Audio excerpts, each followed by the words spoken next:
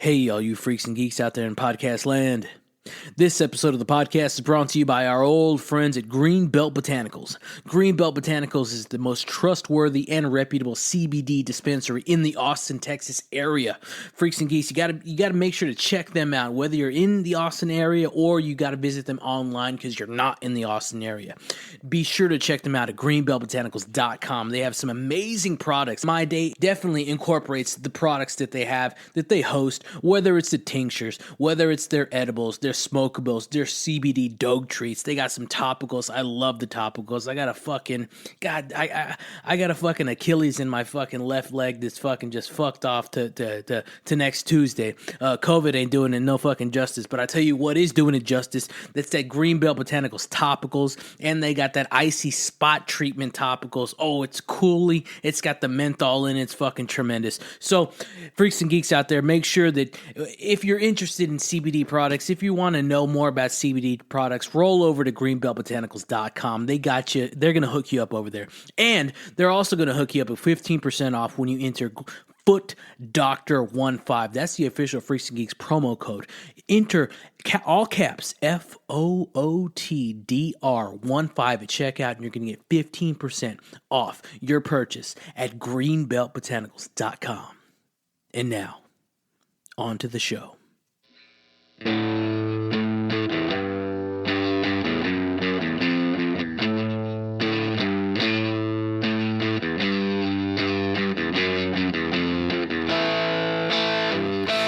Wednesday, December the 30th. Welcome, Freaks and Geeks, to another smoke-filled and jam-packed episode of the Doctor's Orders podcast with the 512 Foot Doctor. As always, I'm your host, the 512 Foot Doctor. If you're a returning freak or geek, thank you so much for your continuous support, and thank you so much for tuning in to our regularly scheduled appointment on Wednesdays at 6 a.m. It's whenever you tune in, but thank you for being here again. If you're a new listener, thank you very much for checking into the podcast. I hope you enjoy what you're about to listen to, and I hope you enjoy your new title as a freak or geek of the Doctor's Orders podcast family. Thank you for coming. Sit back and enjoy, and really feel the vibe of what we got going on here in the office. The studio Life or Death. Well, Freaks and Geeks, this is the last episode of 2020. This is the fucking closer right here. And I thought, what best to bring in another female guest. A tremendous fucking Texas native, again, sticking with the fucking program, sticking with the script. A creator, an artisanal cat, if I may. An individual that we went to the same school, little older, okay? You're a little older than me, a little wiser, you know, got more takes, got more fucking reps in the game. But the reason I call this individual in is because we share a connection of appreciation of 90s nostalgia. Okay, whether that very much so in the cartoon fashion, in the music fashion as well, in the comedy and the humor fashion as well. So we do share a lot of similar appreciations in life, and as far as similar influences that we'll find along the way as well. So without further ado, I want to introduce episode number 17. Our guest, the second ever female to receive a full featured episode on the Doctor's Orders podcast with the 512 Foot Doctor. And the third female to have a spot in the podcast as well. But nevertheless, the closer of 2020. Tabby Rodriguez, also known as Princess ATX, the keeper of the keys of Draft and Craft, the pop-up of the local 512 Austin and Travis County area. Here we go.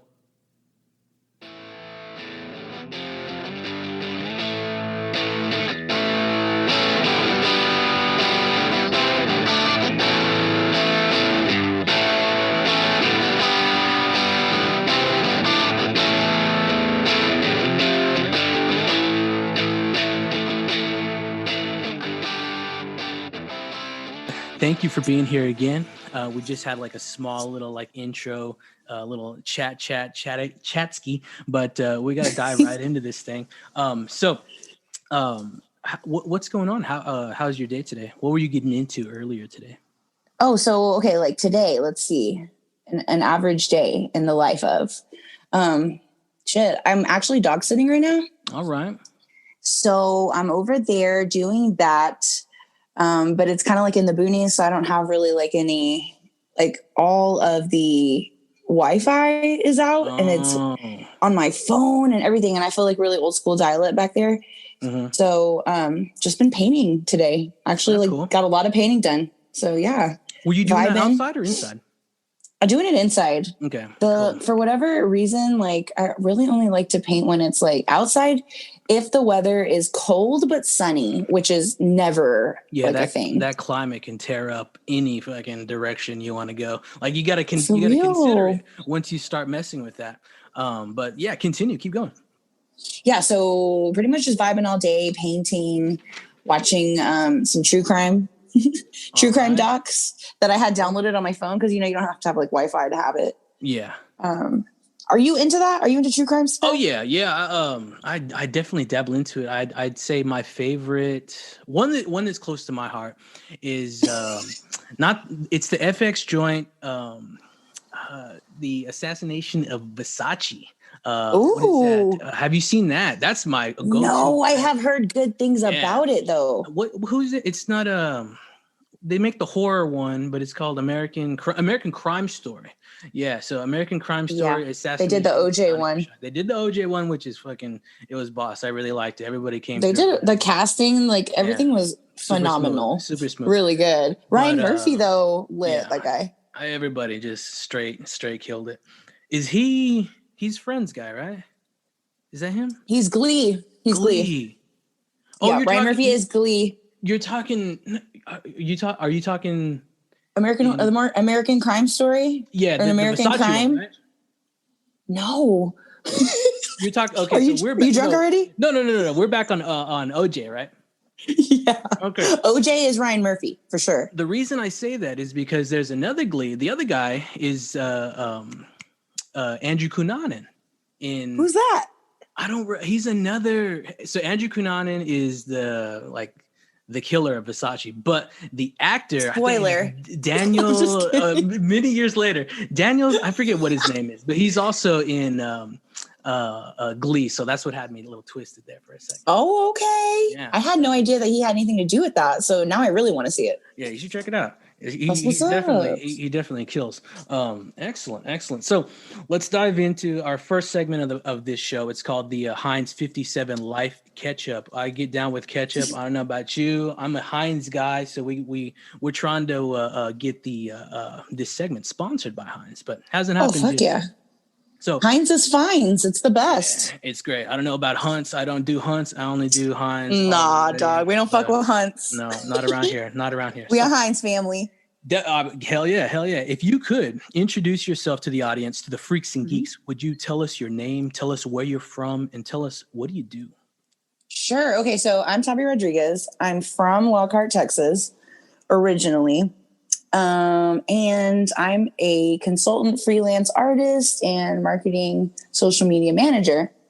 And so I kind of just I wear a lot of different hats in a lot of different places, but generally that's what I would say I do. Like that's my go-to: graphic design, marketing, that kind of jazz right there. Nice. Yes, I've seen. I tried to make those connections between like the marketing aspect that you've been doing with the draft and craft little pop-ups that you throw down with, and then like yourself. So I think that's. Are you doing any editing? Because you're doing a lot. Are you doing all those videos yourself? Yeah, man. Those? No, that's shit. Me. Oh, Yes, that's yes, sick. Dog. I'm using I use Adobe Premiere, but the phone app. So, because I pay for, the whole Creative Cloud little bundle. You get like all kinds of different software, and the stuff that they're doing with these apps on your phone, it's like, I don't even know why you need a computer anymore. Like that's the kind of shit. That's the level they're at. But that's what I use. And I'm having like a really good time with it. But I'm just trying to, like I said, I'm just trying to do it all right now, especially because like, who knows if we can be doing, live pop-ups for however much long or how that's going to go. And Yeah, it's crazy. the whole game is switched. Very much so. We're going to see what it turns into. I mean, like, you are also the last guest of 2020. So we're not going into, that's a lot. All right. So I told you before when we're doing this little pre-show chat that you're the third female guest. So shout the fuck out to you. I love to see it. Love to see it. Of those three, you have the second female entire podcast feature. So that's another one. And man, tremendous. But I'm really honored to be here, dude. Thanks again for having me. For real, this is really cool. How's life been lately with this whole going down? So continue with the life catch up. How's life been lately? You had the shift. You were already in a digital presence. Now I think it's probably grown a little bit and gotten a little stronger, but some things have, how's this affected you going forward? So to be honest, we were actually on like a huge peak momentum gain at the, we just had a lot of stuff in the works, a lot of things going on, a lot of irons in the fire, a lot of partnerships that were just getting going. And this kind of just was like, what? Like, as an events company, what do you do? Like, your whole like reason for existing is to get people together in like large crowds. And so we were just like, well, fuck. Like, okay. So it was just a lot of months of acceptance. It's like going through all the like stages. I think we bounced back pretty like quickly with the whole virtual market thing. We were just trying to kind of like keep the positivity alive. Yeah. But I was like, yo, how are we going to like move forward as a business? Like, how are we going to make this work? Like, how are we going to be profitable or even like continue to, carry out this mission of supporting small businesses when we're like, we don't even know if we can exist anymore. So it was like a lot of weirdness. And then maybe more recently around Halloween, I saw that some other markets were popping up and they were doing their thing. And like, while I'm all about it, and we kind of tried to do the same thing more recently, like really small little mini pop-ups, like 2 vendors or like 6 vendors, and we're all like spread apart and like mask required. The vibe is just different, right? Like the whole experience is different. And like, while we're still making the best of it and we're still going out, it's just, there's always that in the back of your mind, like, is this low key? Is this irresponsible? Or are we endangering people's lives, even though we're being safe and we're supporting small businesses at what cost? So it's been a lot of that. But good news is, I think a lot of ideas that I was wanting to do even earlier on in our first year, that was like, why would you do that? Like, just keep it simple. There's no need for that kind of stuff. Have you had time to execute those? Now's the time, right? Like, now's the time I'm realizing, like, okay, so we have nothing but time to execute these extra ideas because I just do stage 5. Now we're at stage 5. Damn. I told you somebody that I just recently interacted with tested positive. I was like, oh my God, I'm just trying to live my life, bro. It's too much. It's too much. So what we're going to do is what we decided to do. And you could think of it as like, maybe like you get these little boxes of like monthly subscription boxes of curated little products and shit. Yeah. We're kind of like following that concept, but it's going to be, in order to still like keep the whole draft and craft blood alive and pumping, which is, partnering with local venues and like doing the whole drinking thing, like getting our sip on and like that kind of stuff. That's like a draft and craft. That's like the whole point of what we're doing. So I was like, well, I don't want to just, how are we going to keep that as like a really important part of it without, whatever. So what we decided to do is doing this, as like the little curated bags featuring products from all these different vendors that we work with. I think that's cool. So you can get one of these bags, right, that has like, and we're going to have different themes, like the 420 bag or the beer lover bag or the hiker's bag. And there's like snacks and just all kinds of different shit from all these vendors that you could see at any of our events. But you can either get it delivered if you're like, dude, I'm high risk. I can't be going out right now, but I do want to support local and small. Cool. We'll deliver it to you. Tight. Boom. There you go. Drop it off at your door. And it comes in like a drawstring bag. So it's sustainable. Yeah. Like, we're trying to go away with the boxes and shit that you're just going to throw away.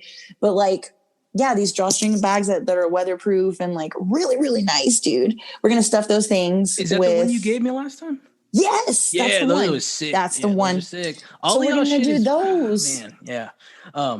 I love to hear that. I really appreciate it. No problem. I mean, we're not done. I love to hear that. I want to wrap up the Heinz live catch up so we can definitely dive into fucking the social media presence and the draft and craft and really pinpoint that specifically for the Freaks and Geeks. But here's the last question.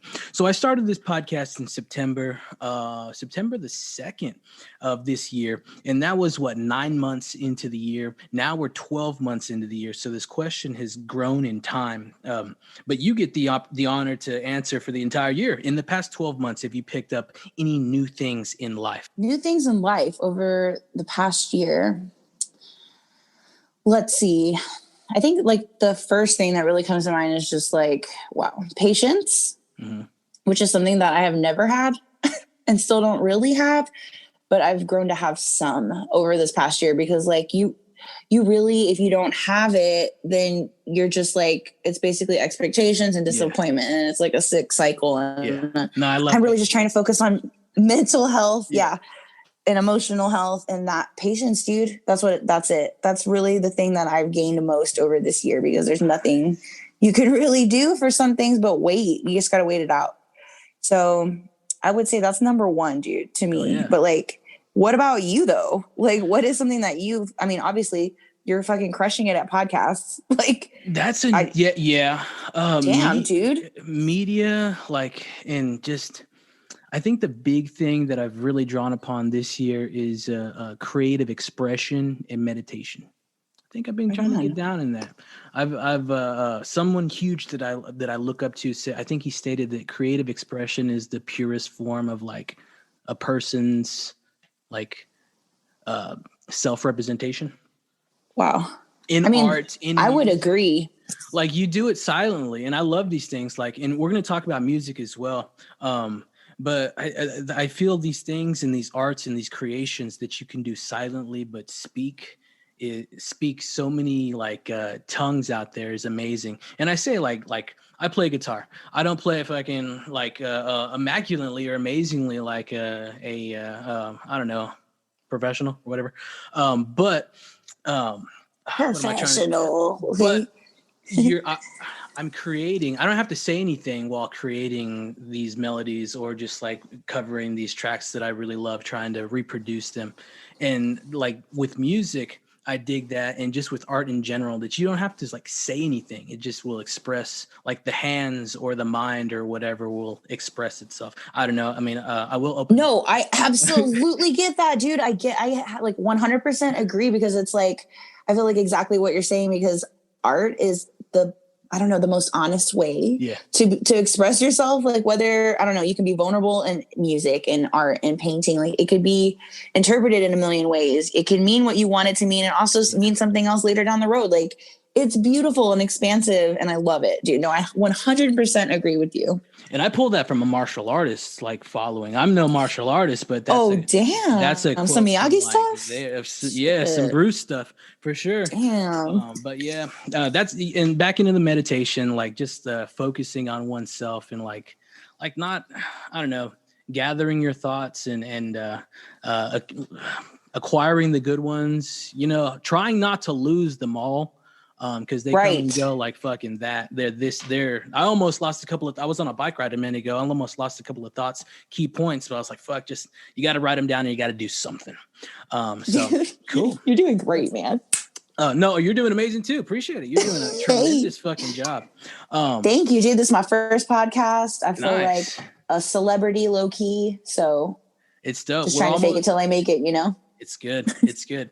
So let's dive into, your social media presence, your social media direction. I know we talked about it. You alluded to it a minute ago, but we kind of alluded to it, or yourself in the current. I want to dive in and I want to talk about continue talking on your IG time lapses. I want to talk about really the process that you do going into those, because I've watched. I tried to take a look at all of the time lapses that you dropped, and I dig them all. You're doing a lot of stuff there, but let's really get into it for the Freaks and Geeks here, and let's talk about Princess ATX, and then we'll follow it up with the draft and the craft talk. Let's do it. I recently saw your Dexter time lapse, and I think it was really dope that you decided to include a Ace Ventura VHS in there. But how long, like, walk me through the process, because it didn't start off as that. I think one of the first ones I saw you do was just like the canvas. I say the what you're creating on itself, and it's starting to mold. So walk me through the process that you go through when it comes to doing one of those time lapses. How long does it take? Because you're creating that on another level. You're doing like 2 creations at once. Go for it. Damn, dude, thank you so much for that. And I have a blast making those because, like you said, it's like kind of 2 things at once. So I get to like create and then make a little video, which I love doing. I love making those little videos and doing little quick edits or like doing the music overlays and that kind of shit, that nerd stuff. But yeah, like in the beginning, it was super simple. Yes. I like had like I kind of like jerry rigged this cardboard like cover, stapled it together. It was like a box piece. And I, kind of like sawed out with the scissor half a rig for your phone or this little window, yeah, so that I could put it above and like like with 2 chairs and like had to put books on it. It was like really ghetto, but like had it there so I could put my phone down and have that bird's eye aerial view for sure. And once I figured that out, like kind of doing that, making sure I'm in like whatever view I need to be in for the camera or whatever, and then from there, once I got like the hang of it, I wanted to like kind of spruce it up because I was like, fuck yeah, I have all this stuff that is on theme, like prop. So why not like put it in there for some like accoutrement, if you will, as I'm doing these little sketches. I saw like the VHS, old school, the Zach Morris phone. Did you see that one? Yeah, I think yes. And the what the fuck is it called? With the colors, the Tiger game. What the fuck is it called? Lisa Frank. No, not her. Boop, beep, beep, boop, boop, beep. What's that one? Oh, Simon. Simon. There we go. Yeah, that little baby Simon. Yeah, there we go. That's my jam, bro. The Lisa Frank piece was pretty sick too. So that's all like retro aesthetic. That's dope as shit. That I like that individuals like yourself that continue to try and keep pushing in this wave of what we're shifting into. It's like our wave. We witnessed all that type of stuff, the art that you produce, or the art that the original art that influenced you. Like we witnessed that, and now we're trying to like give it another round of rebirth without trying to without a reboot. We're giving it life through our own eyes, right? Like our own. I like taking these characters and kind of throwing like like taking Doug and throwing some Post Malone tattoos on him because like combining 2 of my favorite things and just like doing like a kind of like a cool mashup, like an art retro parody mashup. Like that is my favorite fucking thing to do, honest. And they're like legends. We're not like retelling. We're not recreating what they did. We're just trying to like, hey, let people know about that.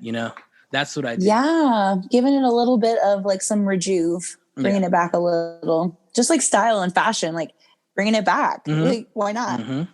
So I don't know, like while I was watching your live streams, I've thought about another artist that I follow. His name, and we've dropped his name a lot on this podcast. If you haven't heard about him, please go and check him out. He, I think he's a graduate of UT. So his name is Ryan J. Ebelt, and he draws a lot for a show that just moved to the city of Austin, Texas. But he does these like this recreations of the show that happened at that time, and they're themed to that show, and it's pretty sick. But what he also does, like starting on Monday, he'll start a piece, and then Tuesday he'll come back at it. So it's just like chatting. He'll probably work at it for like an hour. Very Bob Ross-esque. Oh wow! And I had to get on some Bob Ross to prep for this whole little chat that we had, and I dropped some mushrooms this morning too, so we've been going in and trying to get down. Oh, bro, you are raging, just living your best life, and I love to see it. We're trying to wind the month down, wind the year down, but it's necessary. Yeah. It's really fucking necessary. Yeah. So I support it. So. Back to Ryan G. Ebelt, like he does this process, and I think like you would fucking kill at it as well. Like where he just live streams on IG for like an hour, and just chats with the people, and it's just going through the process. Gets back on Tuesday, gets back on Wednesday, and then like I think he sells it eventually, but it's all tremendous. That sounds amazing. It's on the digital realm, and you don't really have to like edit. Like he's just doing it raw. It's like, here it is, chatting about this, that, and the third, commenting and stuff like that. Yeah, like he's not overthinking shit. Like here it is. No, it's that right there. He's got like that's the vision, great. And he's not trying to like teach or anything like that. It's just and he's not guiding you like the Bob Ross would, but he's just the process. He's just sharing, right? Yeah. He's sharing his process. There's some really good stuff. But what got you into like this drawing process? Were you in art in high school? Okay, dude. So it's really weird, but like it was super random. Like in high school, I was always like just like a doodler, right? Like I could do a fat doodle. Like somebody be like, "Yo, sketch my name in some bubble letters," and I'd be like, "I got you." Like some shit like that. Like it was goofy, but like I was never like really that passionate about it or nothing like that. It was just like something cool that I could do. And then when I got to college, I went to Texas State, and I really wanted to do graphic design, but they didn't have that at the time. Yeah. And the closest that I could like come to with my advisor was digital imaging or some shit. But when I got to like the actual like prereqs that you do, or not the prereqs, but the actual classes to get your degree or whatever it is, I just realized, I was like, bro, this is not what I want to be doing. Like they had me sketching apples with shadows. And I was like, nah, this ain't it. This is not it. Like, this is not it. So fast forward a million years later, it's the classical approach. Like there just wasn't the type of art or anything. It just wasn't it for me. And I was just like, I feel no connection to this, no passion. And, eventually you stop going to class and I dropped out, and I was just like kind of aimless. Like, I don't fucking know. But like, what got me started on this specific art, because after doing a few years of graphic design, like you work with like boring places like mortgage companies and whatever else, you don't get to really be artistic. Like you're just throwing some text over some fucking stock images and you're doing what these people are paying you to do. But in order for me not to lose my soul doing that kind of stuff, I started like painting. I was just like, just for shits and gigs, like just like, stuff that I really loved to see, and like watching old school cartoons on Netflix, like back when they actually had like Hey Arnold and stuff on Netflix, like back in the day. But like, just watching that shit, getting stoned and just like painting, right? Yeah. Like just like with me chilling with my dogs and just like painting that shit, giving them as gifts and like hanging them up in my room, whatever, just really not thinking anything about it.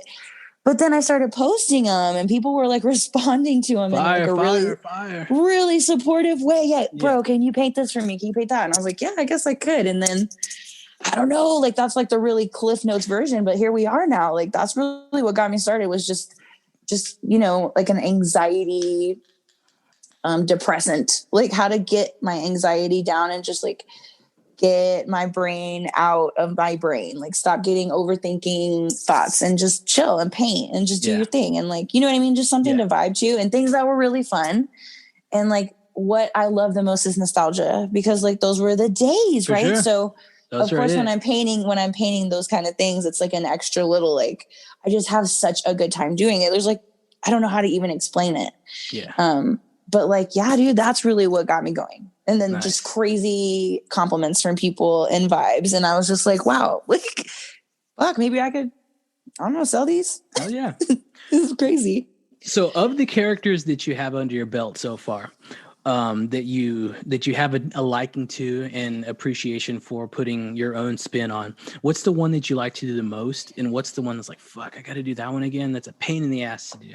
What do you think? Okay. Well, that's a good question. Okay. So one that I find myself doing a lot is Daria. Like I always find myself doing Daria. Your Daria's clean, yo. Your Daria's fucking clean. Dude, yes. Thank you, bro. Thank you. Like, I don't know. I think I fucking like personally connect with her so hard. And like, I always like, even back in the day, I was always like, damn, dude, this girl is angsty and like just direct, and she don't give a fuck. Her and Jane, both of their energies, but Daria specifically. So I always do Daria. I always find myself doing Daria or thinking of doing a Daria. And then I'm like, nah, you need to chill, bro. Like you've done that like a million times. But like, I don't think there's one that I'm like, oh, I got to do that again, because I usually just do the ones that I like. But if there's somebody who requests something like custom that I'm like, ooh, I never even really watched that cartoon, so I don't really like even personally vibe with this. So I have to like, then I start to watch it or watch YouTube clips or something to get like, I don't know, it just helps me get into it. But like, I would say the one that was the hardest for me, or the one that I didn't like painting the most, that I was like, damn, this is like, this is more complicated than I thought it was going to be. Ooh, fuck. I think it was, it was a custom. Oh, Invader Zim. No shit, you didn't like that? Was a struggle. Yeah, I can that was a see why struggle. It was a struggle. Very it's a detailed. Different style. It is. You did a hell of a job on that one. That doesn't not, or excuse me, how do I phrase this? It didn't translate. It doesn't look like shit. Yeah. Oh, thank you. It's good. It's good. Because like, bro, because I was just like, this looks fun. You know, like when you go to paint something, you're like, the dimensions are a little off and you're like, ooh, it's close. But I could not get it. And I was like, I think it's because I never watched that cartoon. So yeah, that's a hard cartoon to watch. Like I didn't vibe with it that much. Yeah, so I was like, damn, I'm not used to seeing it. Sure. I knew it was like people really loved it, but it had a following. It did have a following. Yeah. My dark cartoon was Courage. My dark cartoon was Courage. So I was like, do you remember that fucking pilot? No, I don't think I do. Oh shit. So before he had his own shit, he was on like the little shorts. I forget what the fuck they were called. Cartoons or something like that. Oh yeah. First set was him on the farmhouse with Miriam and Eustace. And a alien chicken shows up in the chicken coop and like spawns an alien chicken egg, and so it just goes fucking. That sounds really familiar. You should check that one out. That was I love pilots. I love fucking early, and this is another question that I wrote down. Trying to boil down to like what our influences are, and their first like. Whether it's a pilot, their first creations, their first thing that they did, i.e. the pilot for Courage, i.e. the pilot for any show that I fuck with, just like the first steps. But I thought about that today. I don't know what I was trying to get at that, but we talked just pilots in general. You should definitely check that one out. Dude, I really like that though, because like, I guess I haven't ever thought about it, but you're right. Like pilots are like their own beautiful little thing. They have to establish a whole story and vibe and like everything in one episode. They have to sell it. I think they're the purest. Trying to touch back down to what we were talking about self-expression. Like that's on while they're on the ropes, it's still like, it's all I got. This is really like, this is it. Yeah. What else? I mean, like take it or leave it, but this is it. Yeah. And then it's like, yeah, we fuck with that. And it's like, all right, well, I got to give you more. And it's like, all right, let's do it. So tell us about Draft and Craft. I know we talked about it a little bit, but let's talk like the following that it has. Y'all are fucking doing big shit. You got the Waterloo sponsor. I seen that. That's fucking bongos right there. Yeah, that is a fucking sick partnership to have. Tell us about the lifespan of this so far. Like, when did it start? And like, are you one of the founding mothers of the organization? Yes, I fucking love that hashtag founding mothers. Hell yeah, founding mothers. Trademark that shit right now. Probably the name of the Draft episode. And Craft. Yes. Oh my god, sick.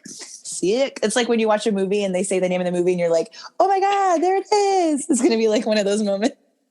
Okay, so Draft and Craft, dude, it really just started because back in the day, Radiophonics days, was the thing that got me started, and it kind of evolved into what is now Princess, which is more art than what it started to be, which is t-shirts, like goofy 90s nostalgic t-shirts, like parody. I call them parodies. Nice. Excuse the pun, the dad joke. But like, yeah, dude, we had like some Bob Swaggart, Twerkle, like that kind of thing, like Christopher Walkman. Like we have like, Trill Murray. I saw that. Trill Murray. That's fucking sick. That's better than Supreme, bud.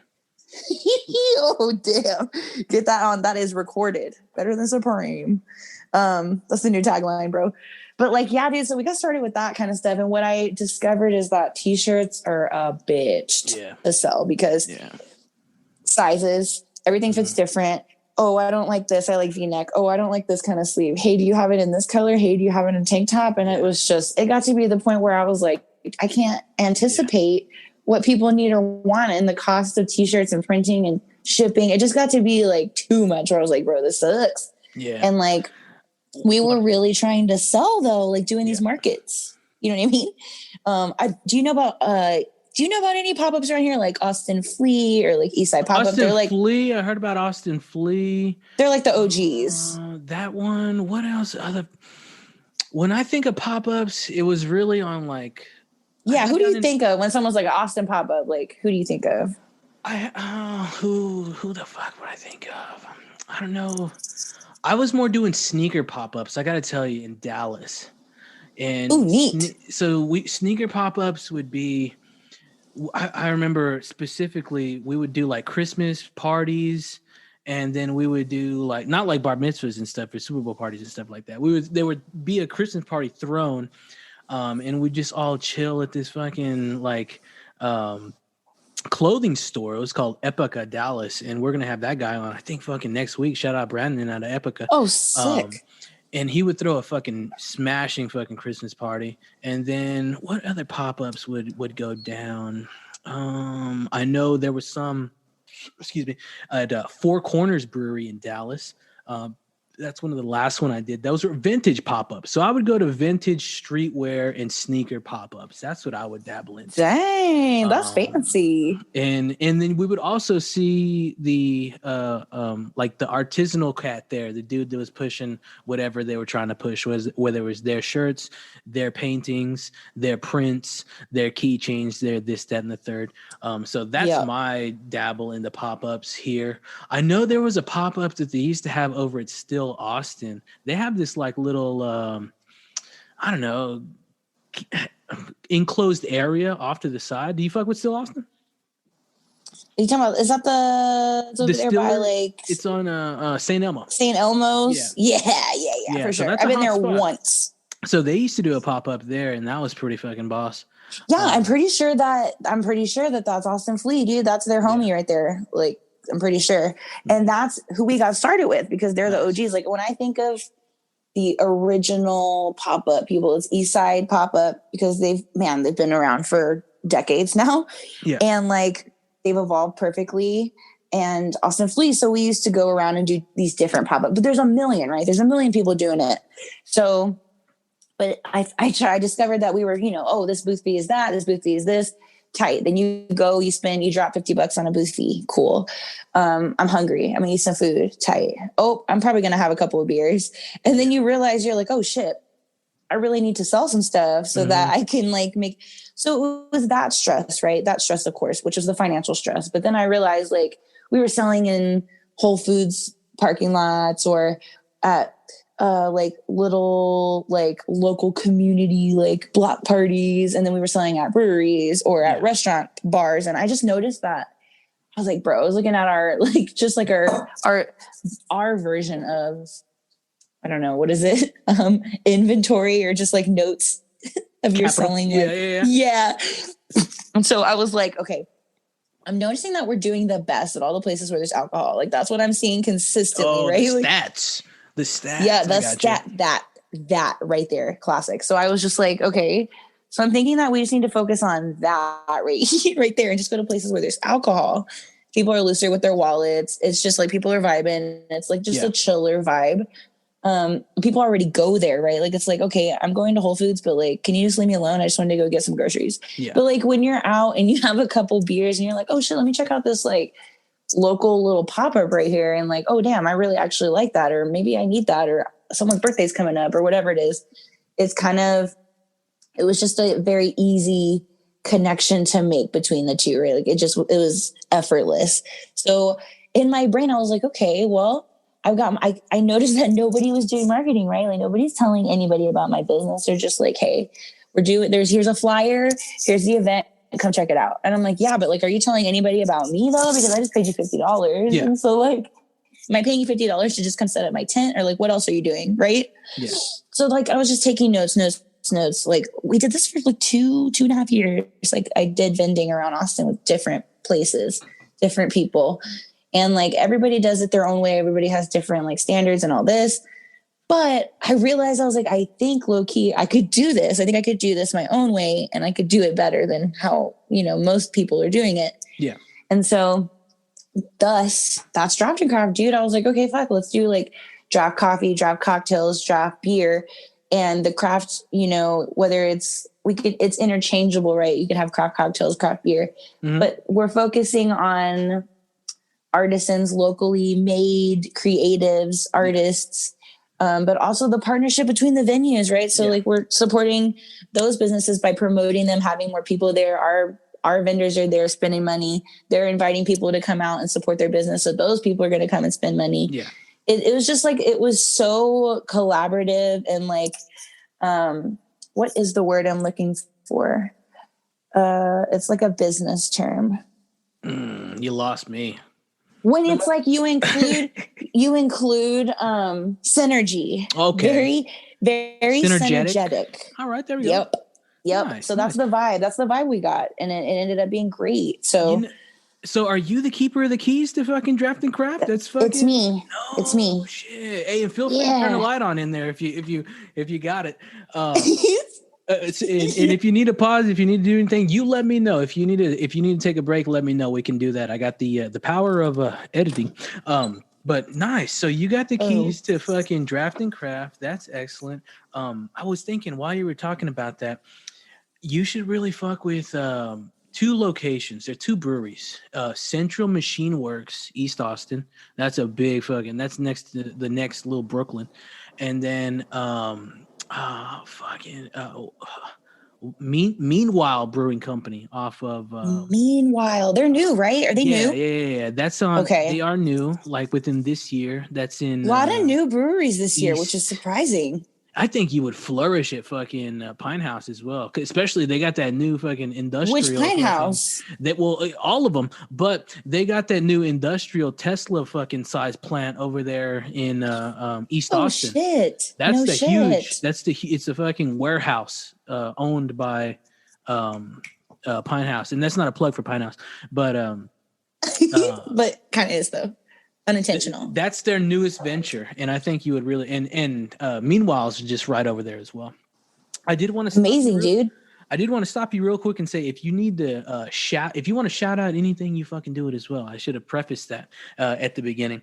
I got a quote. I haven't brought any quotes in, so I do got a quote. So Freaks and Geeks, check this one out. The quote is, and Tabby, tell me what you think about this. Don't worry, don't be afraid ever, because this is all just a ride. This was by a very meaningful and impactful quote by a comedian by the name of Bill Hicks. Out of Houston, Texas. What do you think about that? You fuck with comedy? I always remember you. I love shit. You had a solid humor. Thanks, homie. I'm obsessed with stand-up comedy. Like, I feel like that is my go-to. It's true crime and stand-up comedy on Netflix. That's it, dog. Nice. And The Office, of course. Oh yeah. Who's your favorite stand-up? Oh shit. I don't even know if I have a favorite, but people that I've been listening to like really recently, like a lot. We might share it. Angela Johnson is like she's like probably my favorite female comedian. Like she just like, I can't, dude. I die every time she says something. Yeah. Her for sure. And I think that's really like my go-to besides, I think her name is, what's her last name? Her name is Fortune. Fortune Feimster. That. Yeah, a little Fortune Feimster. All right. Okay. Yes, dude. She's my go-to, man. She's fucking hilarious. I love it. Those have been my recents. I gotcha. There's what about you though? Oh, I want to talk about female comics really quick. And I'll reference one. I gotta find her fucking name. Let's see. It's hard to remember all the fucking comics names. Oh, yeah, and I apologize for forgetting this one. I will tell you she's from Philly. Philly get illy. But her fucking name is Eleanor Kerrigan. You should really get down with her. She's a fucking class act there. Where can I see her? Where can I stream her? Probably the YouTube. She really the YouTubes? With Andrew Dice Clay. Okay, say her name one more time. Eleanor Kerrigan. I think, goddamn it, let me not Eleanor butcher that. Kerrigan. I don't want to say, I don't want to butcher that. What an eloquent name that is. Yeah, Kerrigan. My apologies. Kerrigan. I was close. Eleanor Kerrigan. Yeah, I'll give you I'll count it. Thank you. But yeah, she's a fucking savage, and I always loved Sarah Silverman.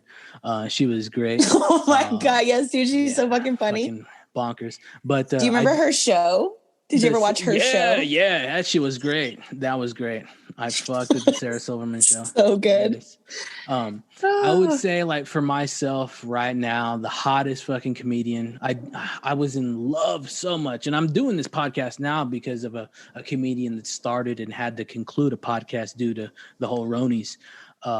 But his name was Joey Coco Diaz, and he was a bad fuck. He still is a bad motherfucker, one of the baddest motherfuckers out there. So you got to check him out. Joey Coco Diaz is why we started this podcast. But Tony Hinchcliffe, you got to check out Tony Hinchcliffe. So I will tell you that, he's the hottest young comedian that's ever fucking been produced, and we're lucky to be just in his tracks to check him out. So check out Tony Hinchcliffe. He had a set on Netflix. It was been taken down. When I tripped acid for the first time, we watched that one. It was called One Shot. And the fucking Girl Scouts showed up while we were tripping. Were you ever a Girl Scout? No. So not me, homie. The fucking Girl Scouts showed up during the acid trip. Was oh boy. Are you sure? Or did you trip them there? No, I didn't answer the door, but they were there. It's like, not today, people. But yeah, check out Tony Hinchcliffe. He's a fucking hell yeah. I absolutely will check these people out though, because I love discovering new stand-up comics. Love it. And Tony. But let's hit off with some fire starters. I usually do this towards after the Heinz 57 live catch up, but these are just some randos. You ever been backstage at a concert or show? Yo, yes, I have. Okay, well, who and or what? Okay, and so where? it was at fucking Warped Tour, RIP Warped Tour. In the parking lot, shout out, Van. Yeah, just like melting, getting fucking skin cancer. But no, we were. It was me and a homie, and we were just chilling. We were just standing. Like, I don't even know what we were doing. I think we were just dicking around. We were in high school, so we were just like standing. Where do we go now? And some guy was like, "Hey, do y'all like Paramore?" And we were like, "Fucking yes, of course." He was like, "You want to see them backstage?" And we were like, "What is this guy about to ask us to suck his dick? What is happening?" Mm-hmm. we were like, "What?" He was like, "Here you go. Here's some extra passes." And we were like, "No shit." So then we grabbed him. We go. There's like 10 of us. Yeah.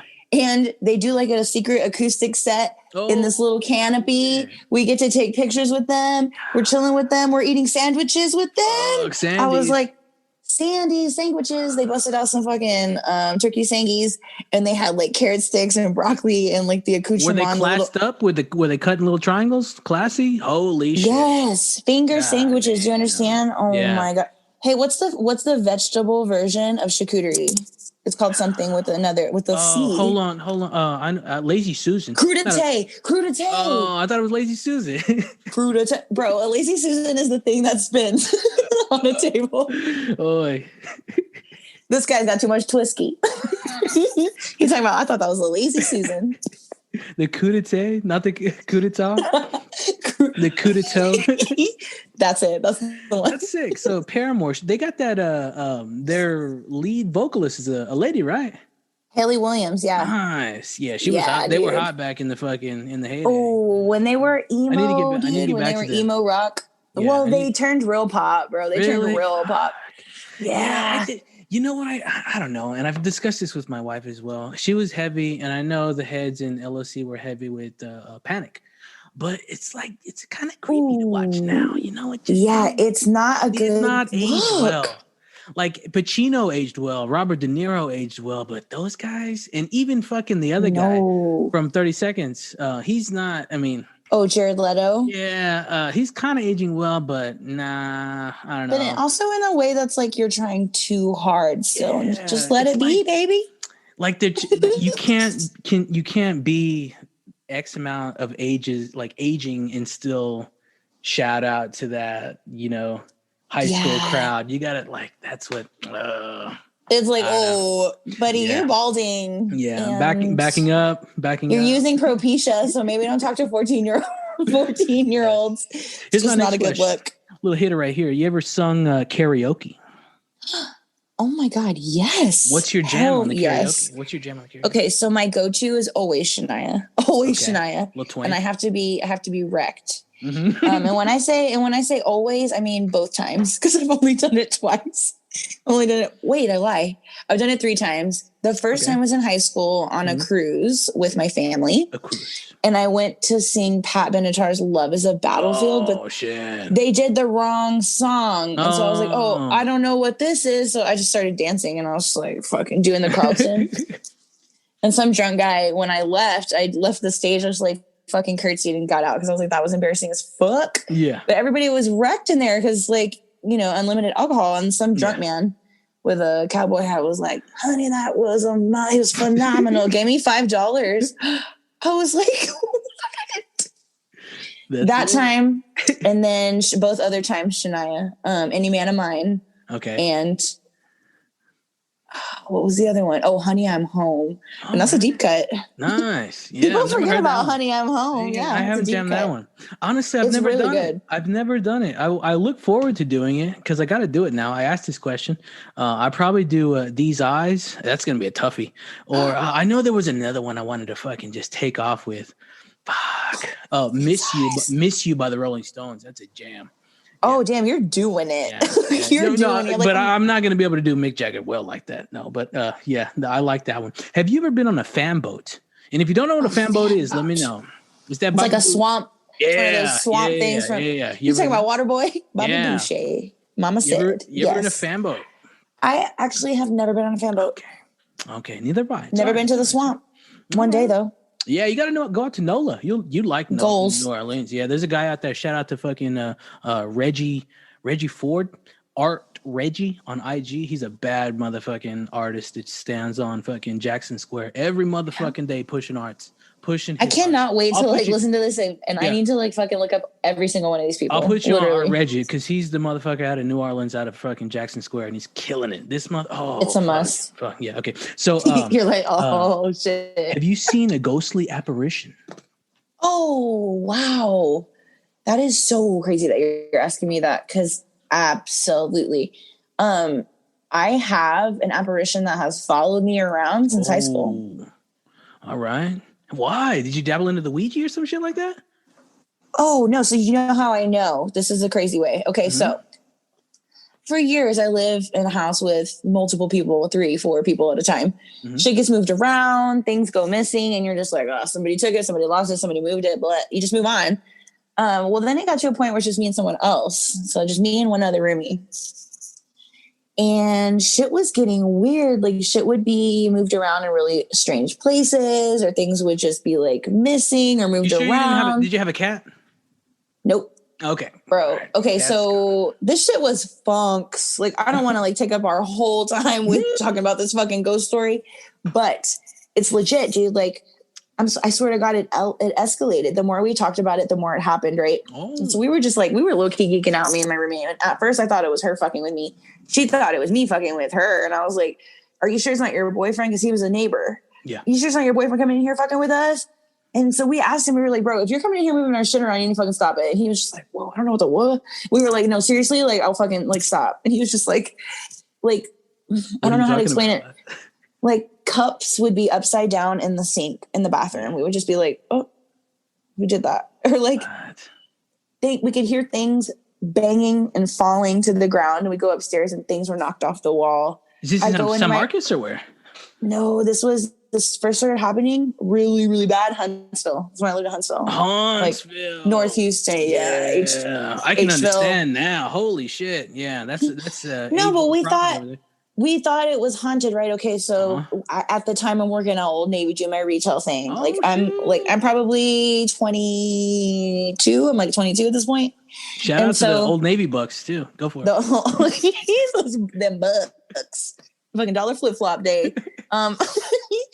No, so I'm working there, right? And I'm over there folding fucking jeans at 2 a.m, whatever it is. I don't know. We're doing inventory or some shit. It was late, and one of my shift leads. Yeah. she's in there folding jeans with me too. And we're just chilling, like not even really talking to each other, whatever. Yeah. She turns to me and she goes, "Hey, I don't want to weird you out. And I don't want to like sound crazy." And I'm just like, she's like, "But I have a question for you." And I'm like, what's up? What's up? She's like, "Can you take my shift tomorrow?" Okay, go. Oh my God. Woo! That was quality. Homer. All right, go for it. Okay, so she's like, "Do you have strange things that happen around your home?" Yeah, and I was like, "What? What?" Buzz Lightyear. She goes, "Okay, let me." Things. She goes, "Okay, I really don't want." Bro, I was still thinking about that. Can you take my shift? All dramatic. You take my shift tomorrow. She was like, "No, did you eat my lunch?" You know it's true.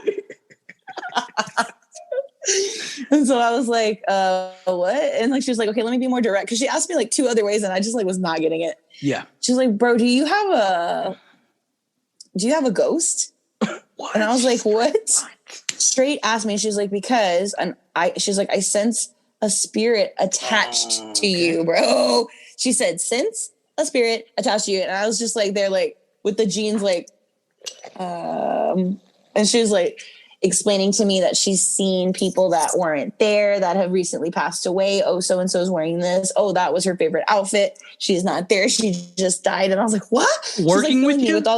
Working with me. She's my fucking manager. Oh, fuck. She basically tells me she's a low-key medium. And I was like, she's like, "Yeah, dude, I don't really tell a lot of people, but it's strong." And so she's like, "And I just wanted to tell you," she's like, "I sense that you're worried about it and you shouldn't be." And I was just like, I thought that I was dying. I was like, "Is this a fucking joke? Like, what is going on?" Like, swear to God, this is what she told me. She goes, it's a adolescent male spirit. And he does, you guys have no relation or anything, but he's attached himself to you. Whoa. He's playful, prankster, means no harm, has no ill will, but is very jealous, gets very jealous. Oh, shit. Of my attention. Yeah. And the more attention we give him, the worse it gets. But if we ignore it, he gets bored and stops. I was I think the lights just flickered off here in the studio. Life or Death, Freaks and Geeks. So no fucking lie. It started. I just recently moved in with my girlfriend, dude, and weird shit started happening. Like weird shit that she was like, "Bro, the TV is turning on and off. The volume's going up. The fucking remotes are sitting on the nightstand." We're just like, Then one day we're like turning up the volume. Yeah. And the volume stops. And so I was like, "What?" So I went to go push mute because it was like we were trying to like turn it down or up or whatever, and it wasn't working. So I pushed mute. The lights were synced with the mute button. We were like, crappy. The minute we started talking about it, no. How does that happen? A Roku with the lights? We were just like, "What, bro? What is?" And then the minute we started talking about it, it stopped. The garbage disposal. Does garbage disposal go off? Bro, I'm telling you, like, shit was so bad. That's at one point. Like there was a belt over my fan. Oh, like clearly stuff had been moved around. It was that level. Whole life. Man, whole life. So the answer is yes. Nice. Good answer. We will take that answer. Okay, here, let's see. This is a good one here. You ever been kicked out or banned from a place? Yo. I did. Yeah. Yeah? Tell us about that. Where? Yeah. Okay, so if there's a statute of limitations, you don't got to do that. I got in like a brawl. Whoa! At the Tanger outlets in San Marcos. Okay, little brawski over there. Yeah, little brawski outside of Tommy Hilfiger. All right. And so they were like, "You are not allowed on this premises anymore." What? And I was like, "That's cool. I don't even shop here. I just happened to be here while I got in a fight." So, whoa. No more Tommy Hills for me. No more on that. No figs. You speak any other languages? Little bit. When I say speak, I mean I can pronounce words pretty well for Spanish. Okay. I took 6 years of it, but bro, I suck. I cannot conjugate. Tú eres es. Amos. I can't do it. I hate the I can't fucking do it. I hate the I conjugation. can't fucking. Everybody hates the conjugation. Yeah. She only passed me because, dude, I tried so hard. I did all my homework. I was always like participating. I was like, I'll read, because she was like, if you'll read, your participation score is like 100. And I was like, bro, In I'll college read all or high day. school? High school. Oh yeah. This is me in high school. I struggled, but now I'm like learning ASL. Mm-hmm. So American Sign Language. So I'm trying to learn that, but I wouldn't say I speak it. Not at all. Yeah. But A's, maybe one day. Yeah. Mm-hmm. Z. Do you what's your favorite shoe brand? So I mean, I'm the 512 foot doctor. I'm glad I get to ask you fucking this question. What's your favorite shoe brand? Easily Vans. Easily. Okay. 66. I think so. Mm-hmm. I think yeah. Cali. Nice. Do you have any like? And then second. Mm-hmm. Keds. Nice. I love me a good solid ked. Yeah. Fuck yeah. Oh, here's another fucking recommendation for you. Do you get down with slides? What are those? Slides, like chanclas. Like flip flops? Yeah, flippies. Not really. I don't. You should fuck with the Vans. When you decide to, you should fuck with the Vans slides. What are those? These are fucking are those donuts that make you go nuts? The Simpsons joints. These are the Simpsons joints. Oh my God. So like, look at that motherfucker. Dope. That is clean. But they are the most drip. They are the most comfortable fucking slide like out there. So if you ever, those are Vans. Yeah. Wow. Yeah. So I love you made that sale. You made that sale to me. I'm a shoe guy, so that's me here. Let's wrap up with like two more. You said you seen a ghost. You ever seen a UFO? I have not seen a UFO. I actually didn't really believe in aliens for like a long time, and then I was like, Tabby, you're a fool if you don't believe in aliens. Probably more recently. Yeah. So no, I don't think I've seen one. I don't know. Yeah, we could be them. Who knows? Have you ever eaten frog legs, gators, caviar, or escargot? None of that funky stuff. None of the stuff. No, not me. You got any siblings?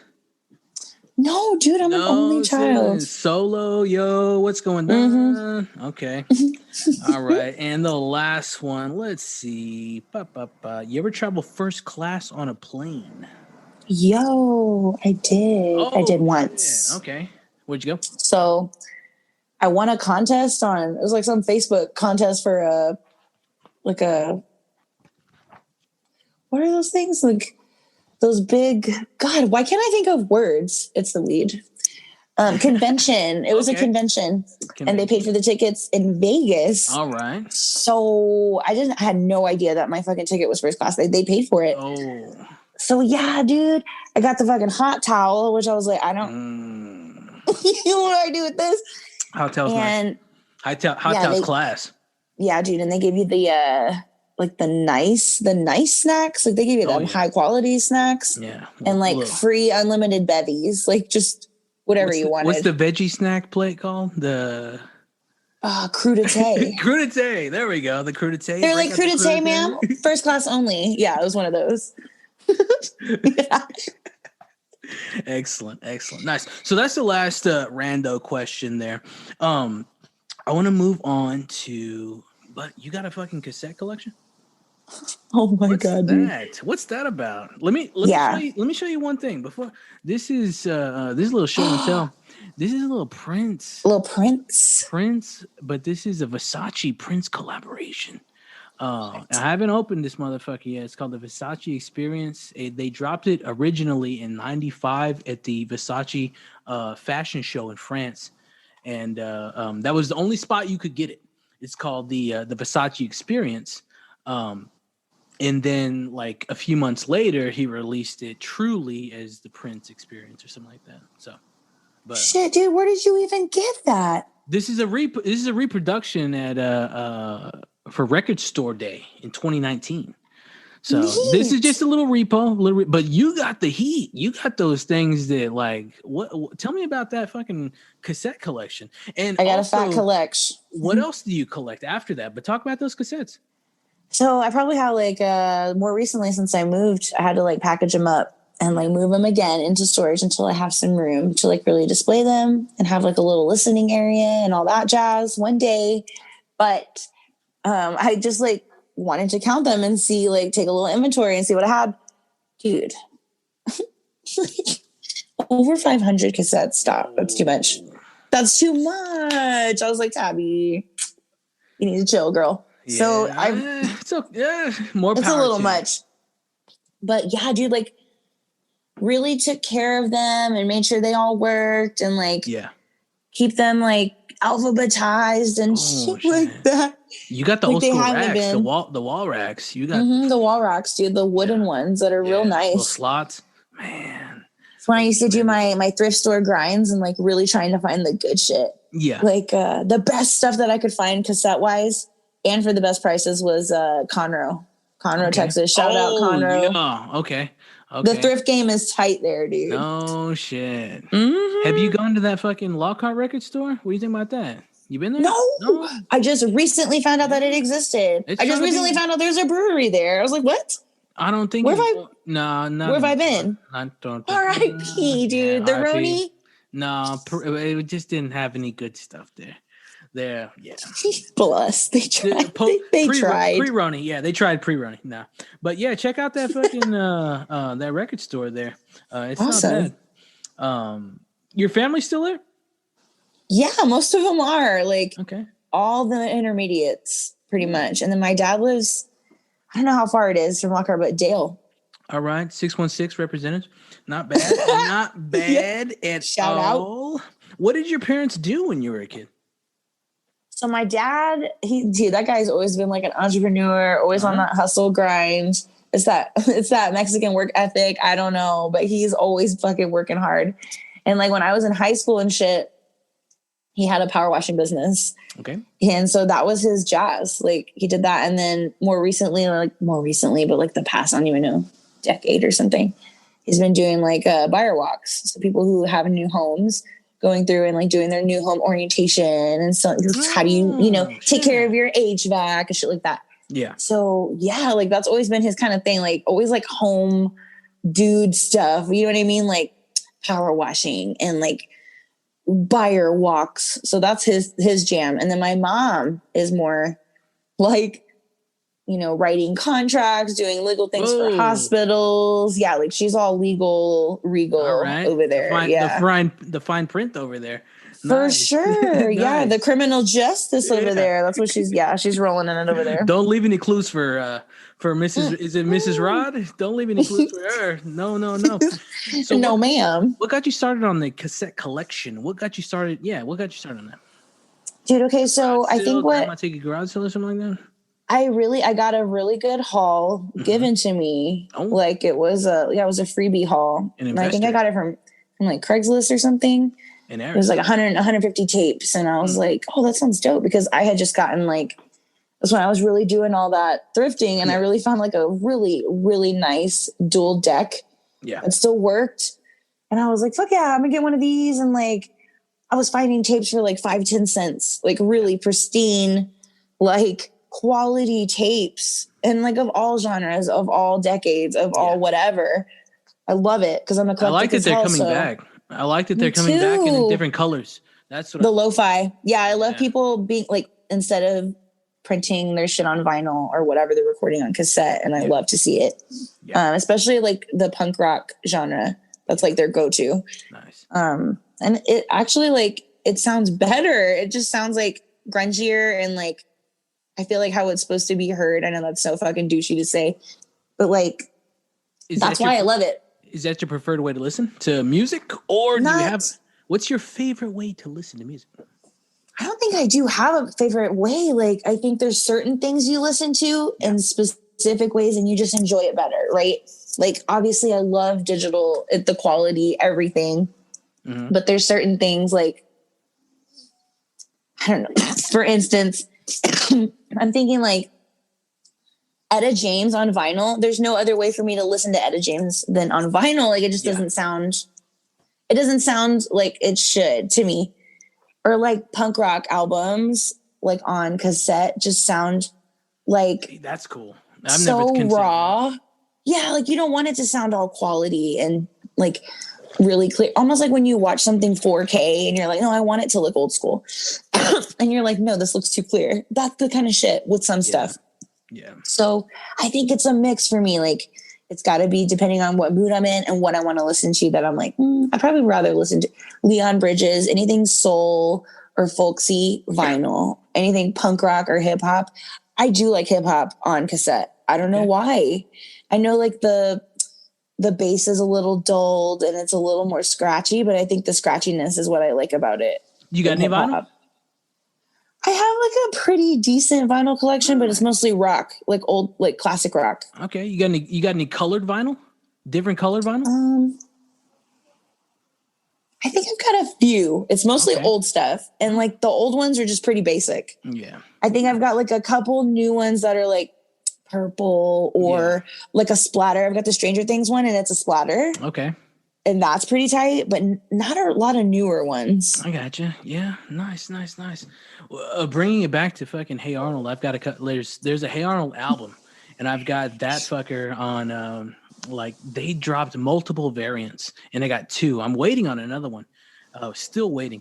It's like the new one looks like a Coke bottle, like the Yoo-Hoo bottle, and it's got liquid, yo.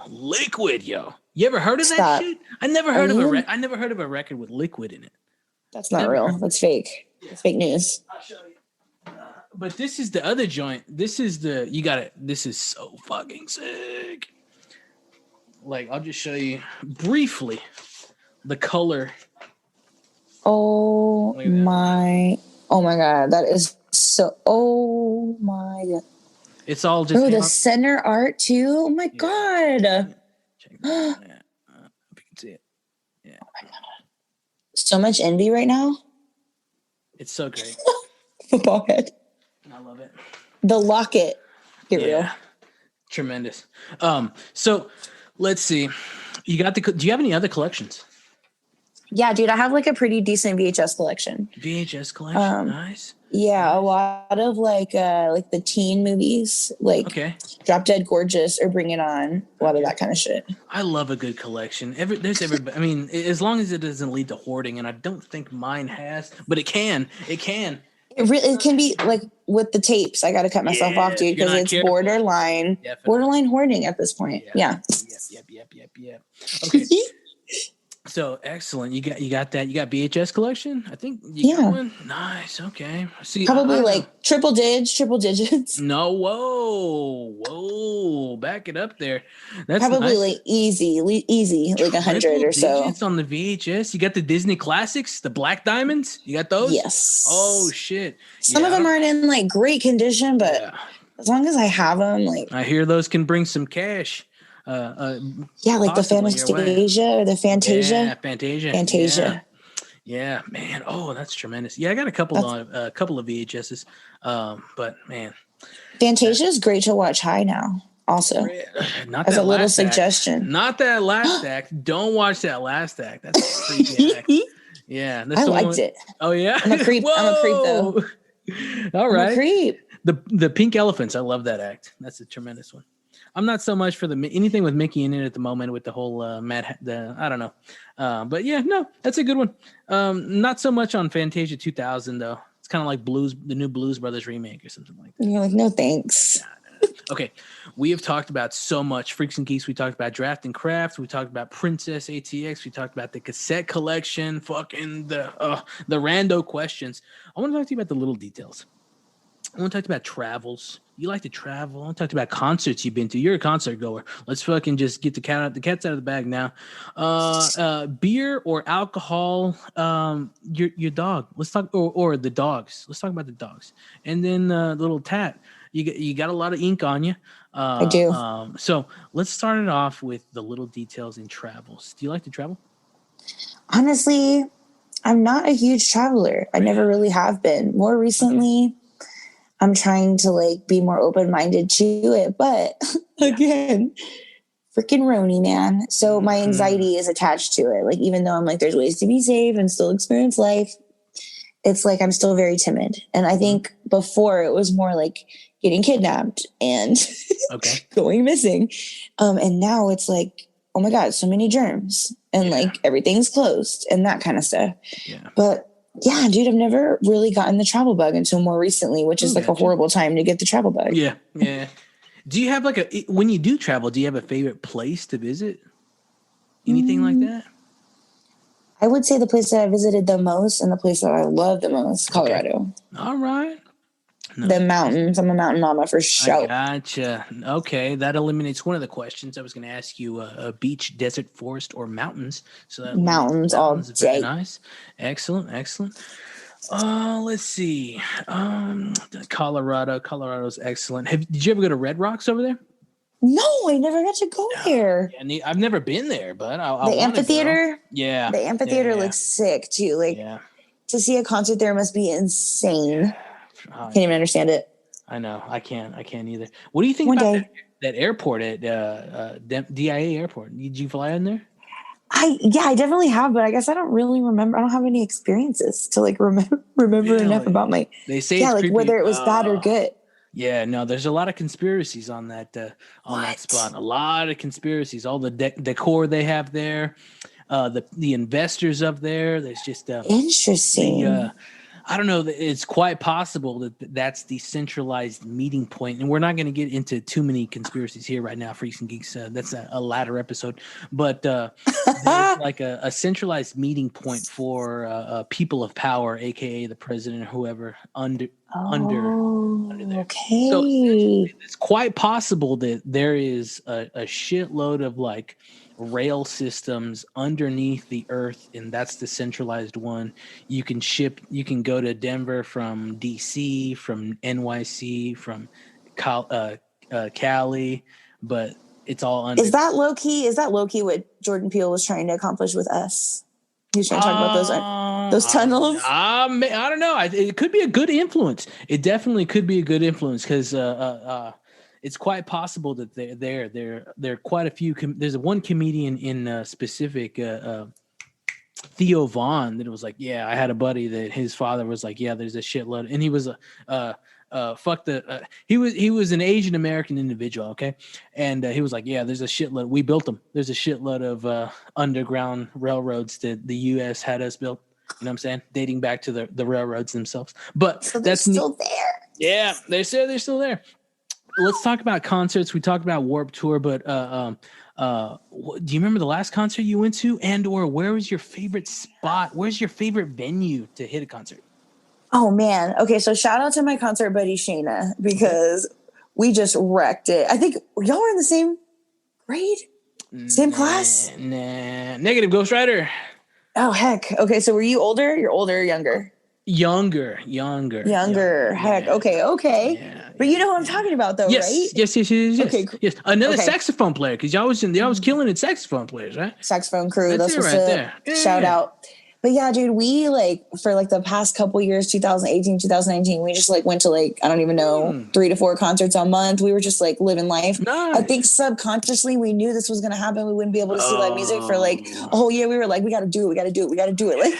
We have the finances, we have the time. Let's do it. Yeah. So we were crushing it. Seeing, I don't even know, every genre, every person, every band. We were going to we went to Delaware for Firefly Fest. Whoa. Shit. It was sick, dude. The weather was amazing. We were in a forest. Yeah. I felt like a freaking, a goddamn fairy, watching these amazing acts on these kick-ass stages.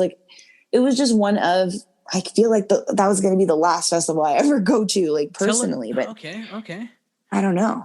We've talked about another festival here, Lost Lands in Cleveland.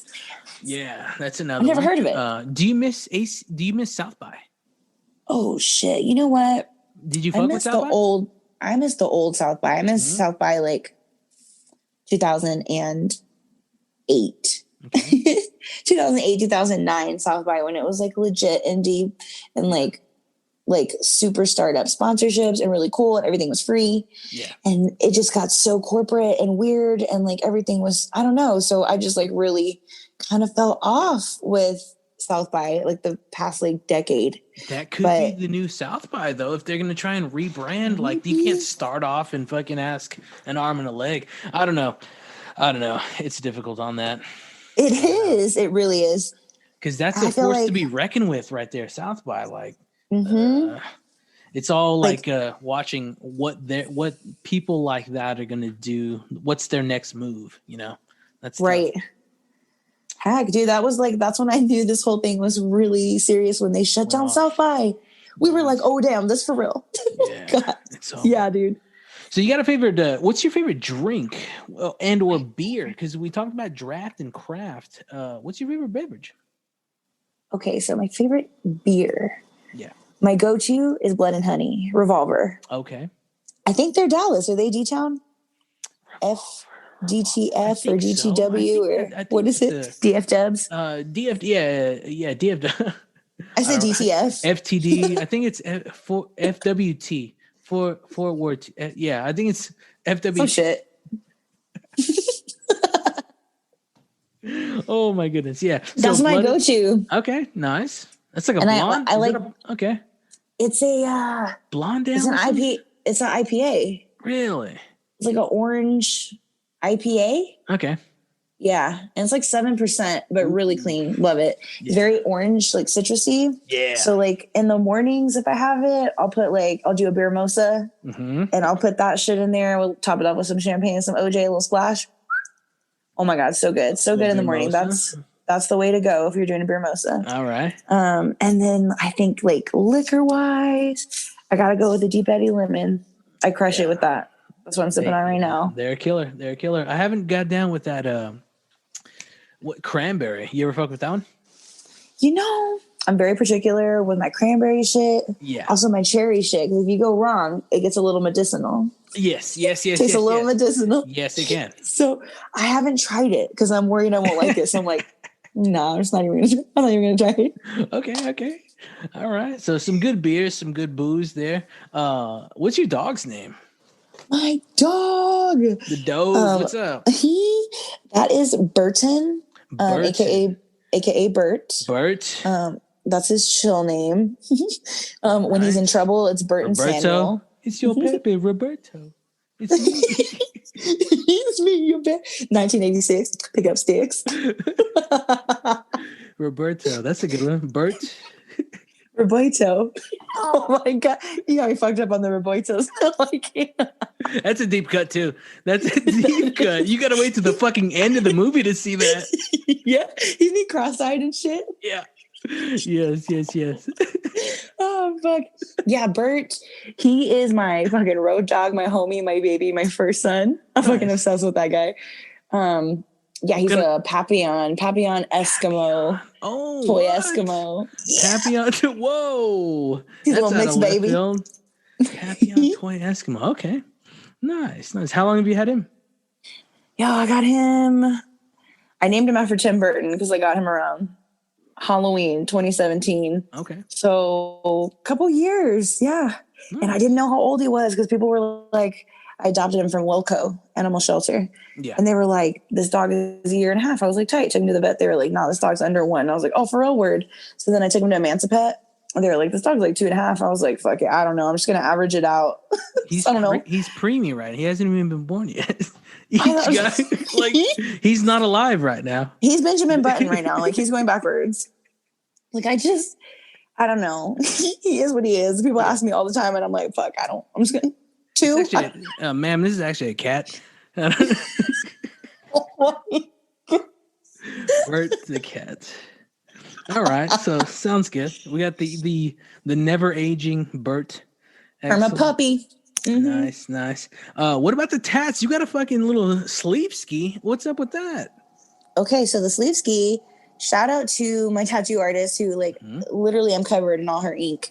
Wheatley Palmer out there at Common Difference off of South Congress, dude. I get all my ink from her. I finally found an artist that I trusted and adored her work. Yeah. So the sleeve is like a cover up of a bunch of shitty tattoos I got when I was fucking 19, 20. And just a bunch of garbage that was unfinished and really didn't do research and just was really not high quality. Yeah. And I've been searching for years and years and years, over 10 years, bro. Yeah, about 10 years for an artist that would do it affordably. Yeah. And one that I would because I was this is it. They're gonna cover it up. If I hate it, that's it. So she did my cover up. knocked it out of the park, like just crushed it. Fell in love with it. I get so many compliments, and then from there, I just like kind of spiraled, like out of control. Like, Yeah. I will say, I think I had a couple tattoos from her, like a couple small ones. That's how I met her, and I was like, "Hey, bro, like I like your work. You have really clean line work. Do you do cover ups? Because not everybody does." And she was like, "Yeah, I can do cover up." And my shit was fucked up. Is it your left? Is it your left arm? It's my left, yeah. Are you left-handed? Like, nah, I'm right-handed. Yeah. All right. I'm a righty. But like, I was worried though. They were in really weird, fucked up. Like, it was just awkward, right? And like, How she was far does it go like, up to the elbow, or what's going on? It goes, yeah, like it goes all the way up to my elbow right here. All right, that's cool. Oh, you got some pattern. Oh shit, I wanted to talk with you about the mandala. The patterns that you put behind a lot of your work, but fuck. Okay, next time. If you want to come back next time. So yeah, dude, this was fucking mad fun. Hopefully Rona won't be a thing as much. We can actually chill. I considered, like, do we need to be taking vaccines, or should we just drop mushrooms like I did today? I don't know. Like, what realization is better? If we just drop mushrooms, everybody, or if we just hit the vaccine? I don't know. Like, which one's enlightenment? But 2021. Tabby, 2021 Tabitha, 2021 for fucking Prince ATX, 2021 for arts or draft and craft. What happens next? What's going down? It's a closer. Closer.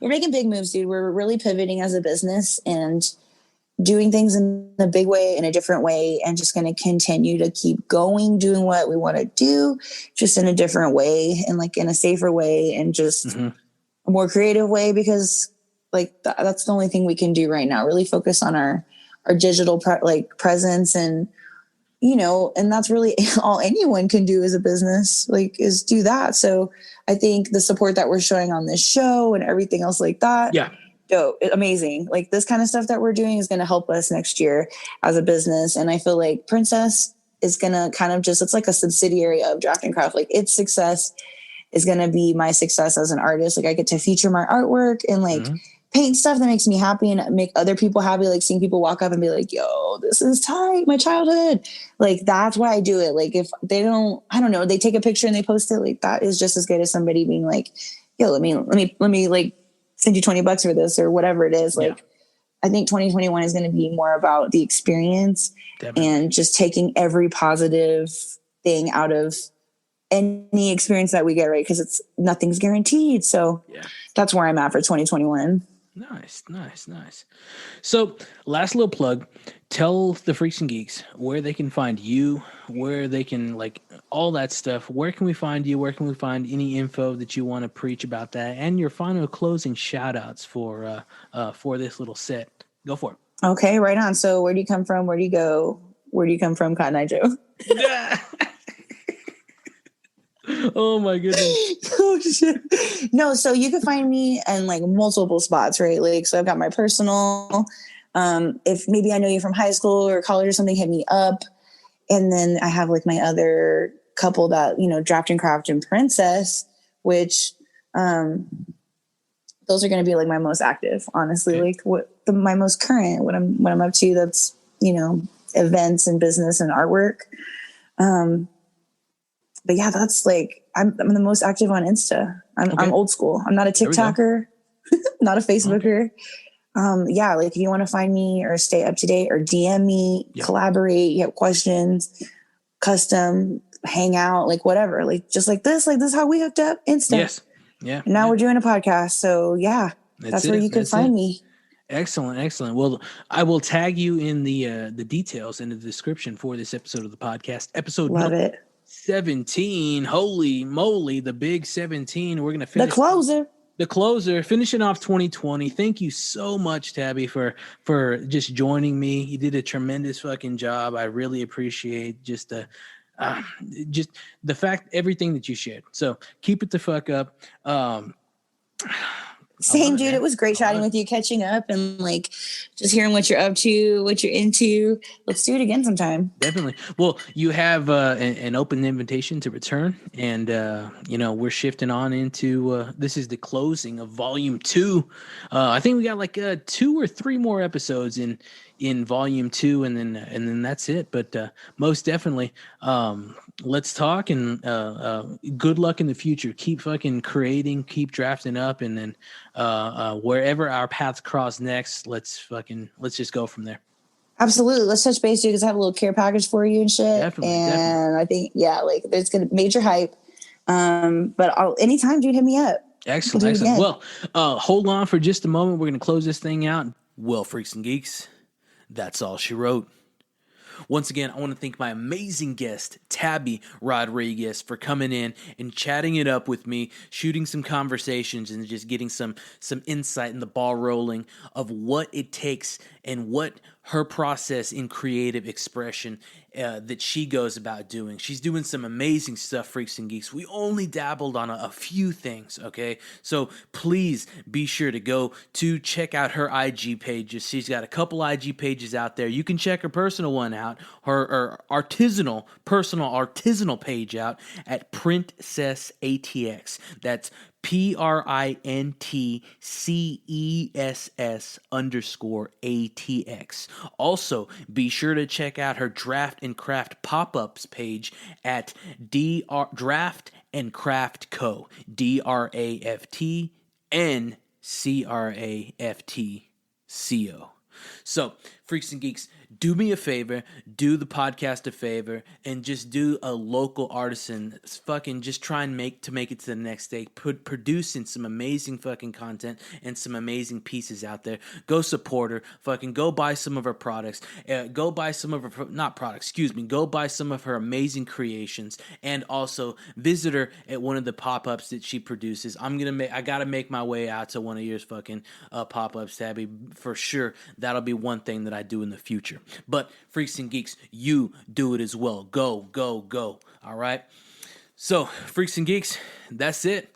That is episode number 17. That's the closer for 2020. We sealed it. We wrapped it up. It's signed. It's fucking mastered. It's sealed, and it is delivered. It's out the fucking door. All right, and it's in your little hands right now. So, Freaks and Geeks, we're dipping off out of 2020, and we're marauding. You heard that right, Freaks and Geeks. We're marauding into 2021. That's what we're doing, motherfuckers. Freaks and Geeks. That's what we're doing. That's the slogan. Maraud into 2021. Let's take over. All right.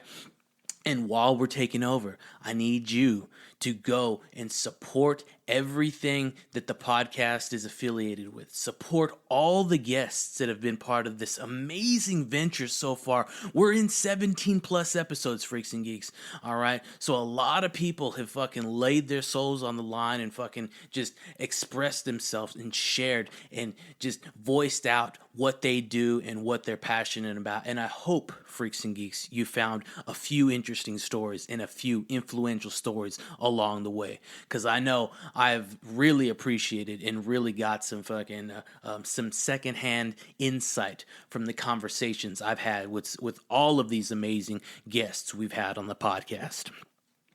Also, Freaks and Geeks, make sure you check out Greenbelt Botanicals for all your CBD needs. Utilize that official Freaks and Geeks promo code FOOTDoctor15, all caps FOOTDR15, to get you 15% off at checkout at Greenbelt Botanicals, either in store or on greenbeltbotanicals.com. They're the future of CBD and hemp in Austin, Texas, and the state of Texas in general. Freaks and Geeks, please support the sponsor, because the sponsor supports the podcast. Well, here it is. The podcast closing credits. Freaks and Geeks, thank you for listening. And remember, new episodes are released every Wednesday at 6 a.m. please subscribe to the Doctor's Orders podcast, which is available on all podcast platforms. And while you're there, make sure while you're subscribing to rate and to drop a little comment to the podcast. Just make sure and download. That's what gets our numbers rolling, and that's what gets the next episode some good insight for the next episode, Freaks and Geeks. So be sure to do that. Also, follow myself, the 512 Foot Doctor, on my Instagram page. Remember, Freaks and Geeks, that's THA 512 FOOTDR, and also follow the podcast page, The Doctor's Orders Podcast, THADORSORDERSPODCAST on Instagram. That's where you're going to check out, and that's where you're going to see all the stuff that is posted and has to do with not only the 512 Foot Doctor, but the Doctor's Orders podcast in general. That's the day-to-day timeline and the day-to-day catch up on all the info of the Doctor's Orders podcast. Remember, the Doctor's Orders podcast is a Life or Death Studios production. Freaks and Geeks, until next time, in 2021, we'll see you on the next one. Don't be late.